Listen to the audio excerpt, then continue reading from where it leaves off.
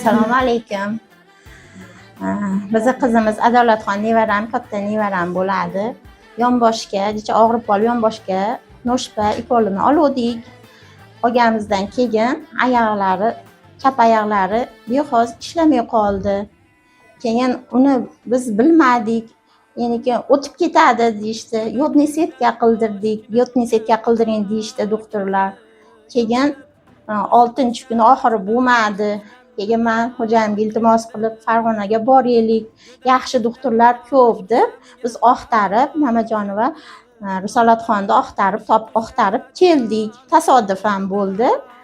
Keldik, batda bular nima elektroimulyatsiya qilamiz deyishdi. Tok olinar ekan. Keyin biz qizimizni birinchi kundan oldik.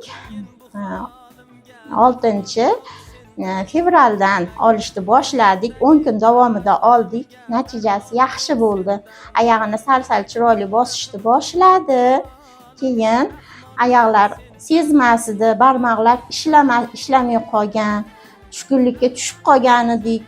Endi Allohda avvalo Alloh, lekin shu qizimizni doktorimiz Risolatxon sababli tuzaldik, Xudoga shukr. 8-may kuni kichkina operatsiya oldik.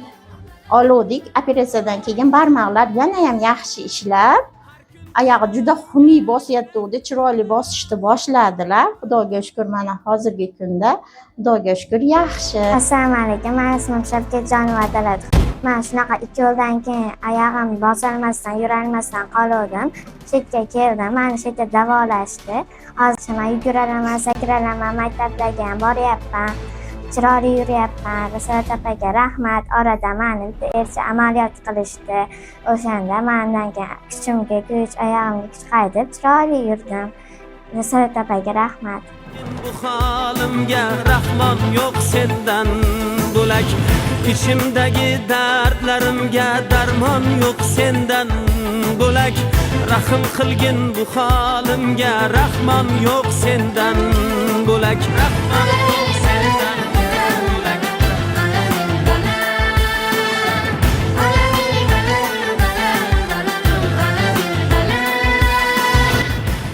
Zo'r rahmat.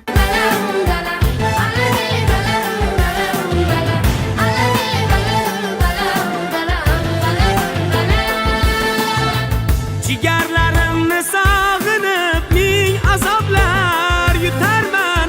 Balki ular meni kutar, men ularni kutarman. Nahot endi bu dunyodan men shundayin o'tarman.